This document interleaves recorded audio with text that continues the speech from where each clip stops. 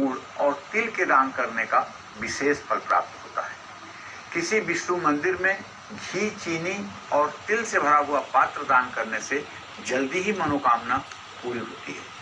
वैशाख की पूर्णिमा के दिन तिल और चीनी से हवन करने से भी शुभ फल की प्राप्ति होती है, इसमें कोई संदेह नहीं है। अक्षत मतलब जो क्षतग्रस्त न हो। प्रायः पूजा में प्रयोग होने वाला जो चावल होता है वो अक्षत ही होता है, अर्थात साबुत चावल होता है, टूटा हुआ नहीं होता है।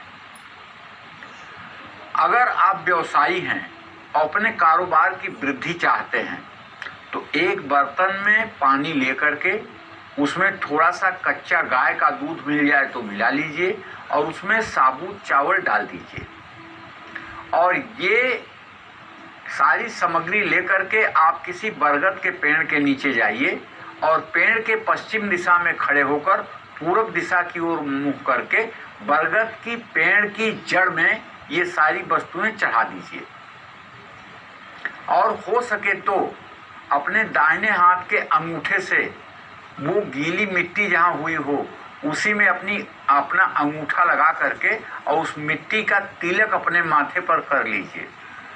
करोड़ों जन्मों का दुर्भाग्य नष्ट होगा वट वृक्ष के नीचे इस तरह का तिलक करने से, करोड़ों जन्मों का। अब रही बात ये कि विश्वास कितना है आपको, क्योंकि बहुत साफ सी बात है। मंत्रे तीर्थे दैवज्ञे भय सज्जे देवालये जादृशी विश्वासम तादृशी फलम लखेत। ये शास्त्र का वचन है। मंत्र में, तीर्थ में, ज्योतिषी में, दवाई में, मंदिर में जिस तरह का विश्वास होता है उस तरह का फल मिलता है। अगर किसी को ये विश्वास है कि मैं अगर अमुक डॉक्टर के पास पहुंच जाऊं तो मैं बिल्कुल ठीक हो जाऊंगा, तो निश्चित रूप से उस डॉक्टर के पास पहुंचने के बाद वो व्यक्ति ठीक हो जाता है। अगर किसी को विश्वास है कि अगर इस मंदिर में मैं एक बार दर्शन कर लूं तो मेरी दरिद्रता दूर हो जाएगी, तो निश्चित रूप से वहां पहुंचने के बाद ऐसा ही होता है। लोगों को लगता है कि अरे ये मंत्र मैं करूंगा तो अभी ये काम हो जाएगा। लेकिन अगर आपको विश्वास नहीं है, अरे मंत्र करने से क्या होगा, अरे वो डॉक्टर क्या ठीक कर पाएंगे, अरे वो ज्योतिषी क्या बता पाएंगे, अरे मंदिर जाने से क्या होता है, ऐसे ही दुनिया कह रही है, तो फिर कुछ मिलना नहीं है। क्योंकि मामला केवल विश्वास का है। मूर्ति में भगवान नहीं है, भगवान हमारे विश्वास में है और उस विश्वास को हम मूर्ति में जब देखते हैं तो वो परिणाम देने लगता है। ये बात पक्की समझ लीजिए।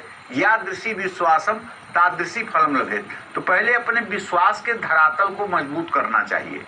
और विश्वास कैसे होता है?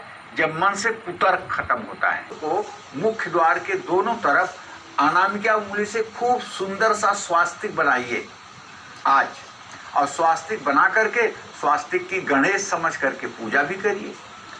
अगर आपकी जन्म कुंडली में सूर्य ग्रह कमजोर है तो आज आपको चावल की खीर बना करके और आज से 21 दिनों तक लगातार काली चींटियां जहां हों वहां उसे डालना चाहिए। नकारात्मक ऊर्जा को दूर करने के लिए पूर्णिमा पर कच्चे चावल और रोली से तिलक माथे पर जरूर करना चाहिए। कमल गट्टे की माला न मिले तो तुलसी की माला भी आप अर्पित कर सकते हैं।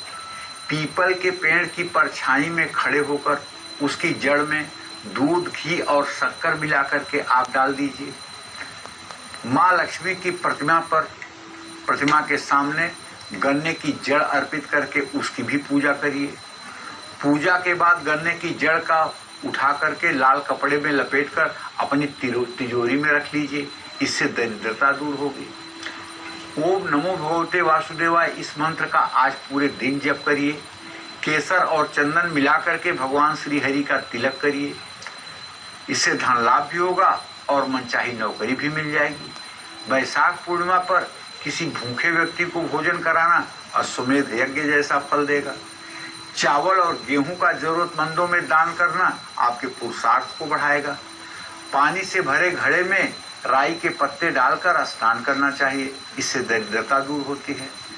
आज के दिन जो लोग अपने घर में सायंकाल सत्यनारायण भगवान की कथा करवाते हैं, हवन करवाते हैं और सुयोग्य वेद पाठी ब्राह्मण को भोजन कराते हैं और अपने पड़ोसियों को, अपने कुल के लोगों को भोजन कराते हैं, प्रसाद वितरण करवाते हैं, उनकी आर्थिक तंगी ठीक होती है, उनकी दरिद्रता दूर होती है, साथ ही शादी में आ रही रुकावट भी दूर होती है, वैवाहिक जीवन भी सुखी होता है। अशोक के पेड़ के नीचे घी का दिया जलाकर उसकी जड़ घर लाकर अपनी तिजोरी में रखें। श्री सूक्त और कनक धारा स्त्रोत का भाव विभोर होकर पाठ करें। अगर बहुत ज्यादा आर्थिक तंगी के आप शिकार हो गए हैं और मन बहुत मलिन हो गया है, आपको लगता है कि वैसा जीवन जीने से कोई फायदा नहीं है, चारों तरफ अंधेरा ही अंधेरा है, तो मैं आपसे आग्रह पूर्वक कहना चाहूंगा, एक उपाय मेरा करके आप देखिए। आज आप 16 बार श्री सूक्त और 16 बार कनक धारा स्त्रोत का दिया जला करके और भाव विभोर होकर के महालक्ष्मी के चित्र के सामने पाठ करिए। एकदम भाव विभोर होकर के पाठ करिए। 16 बार श्री सूक्तम का और 16 बार कनक धारा स्त्रोत का।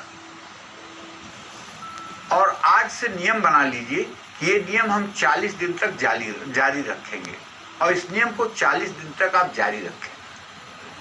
अगर ये नियम आप किसी शिवालय में जाकर पाठ कर सकते हैं तो सोने पे सुहागा मर जाएगा। 40 दिनों के अंदर आपकी दरिद्रता जलकर राख हो जाएगी।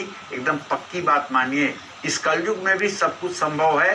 कल समान नहीं आन युग, जौनर कर विश्वास, केवल राम नामते तरहि भव बिनु प्रयास। कलयुग के समान कोई अच्छा युग नहीं है। कलि न होई कछु मानस पापा, कलिकर एक पुनीत प्रतापा। कलयुग में मन में सोचा हुआ पाप नहीं लगता है। ये कलयुग का बहुत बड़ा एक महात्मा है। जब तक आप पाप करेंगे नहीं तब तक पाप आपको लगेगा नहीं। तो इसलिए अगर आप लक्ष्मी की कृपा चाहते हैं तो ठीक है, उनका आवाहन कीजिए, वो आपके जीवन में निश्चित रूप से सुख समृद्धि देंगी। जय मां विंध्यवासिनी।